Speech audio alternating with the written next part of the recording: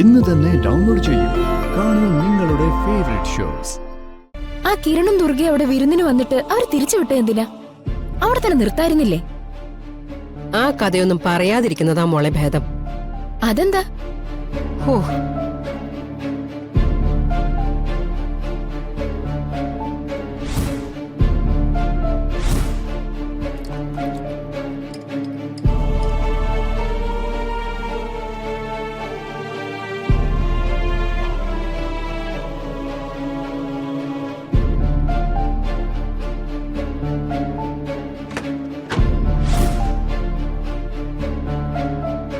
അയ്യോ, എന്നിട്ട് അമ്മയ്ക്കിപ്പോ എങ്ങനെയുണ്ട്?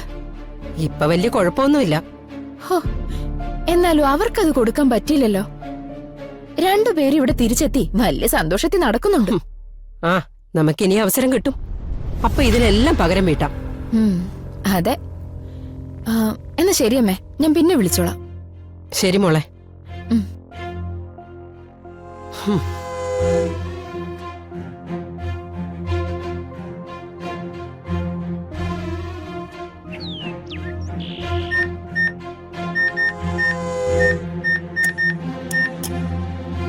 ഹലോ, നിങ്ങളെ ഇതിനു മുമ്പും പല തവണ ഞാൻ വിളിച്ച് സംസാരിച്ചതാ. അന്നൊക്കെ ഞാൻ നിങ്ങൾക്ക് വേണ്ട മറുപടി തന്നതാണല്ലോ.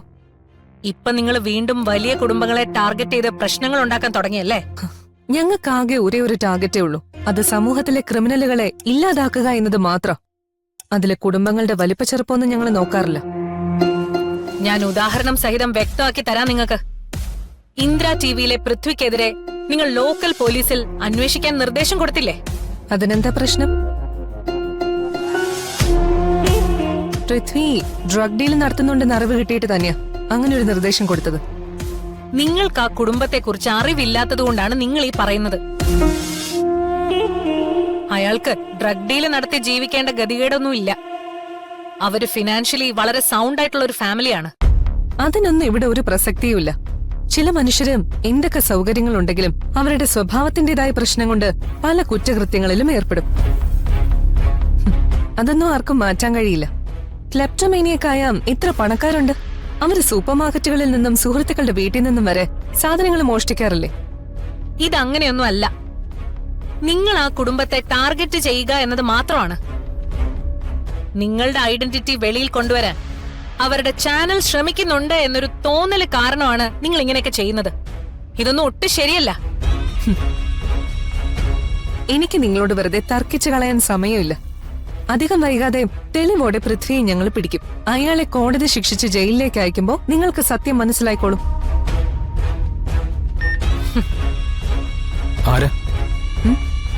അരുന്ധതി മിശ്ര എന്ന് പറഞ്ഞ് വിളിക്കുന്ന സ്ത്രീയാ. എനിക്ക് അവരുടെ സംസാരത്തിൽ ചില സംശയങ്ങളുണ്ട് കിരൺ. എന്ത് സംശയം?